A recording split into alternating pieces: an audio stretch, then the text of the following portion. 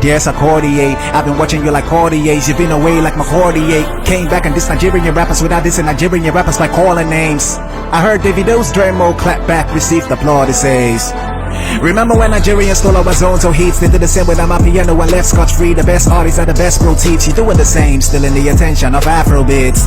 When we skit set, hip-hop is set. This Nigerian rappers never dissed him. If they did the murder did think, they repeat the silence. Why are Nigerian rappers scared of the big trial, but they can come for big sacco? This is not about you, it's about Nigerians thinking they can bully Ghanaians in the tweet streets.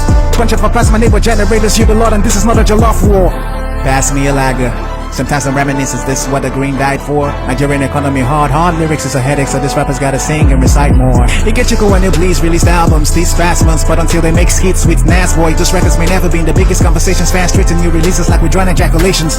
Where is Alami, they feel no MI vector. Don't reply nobody else, maybe Fal's the actor.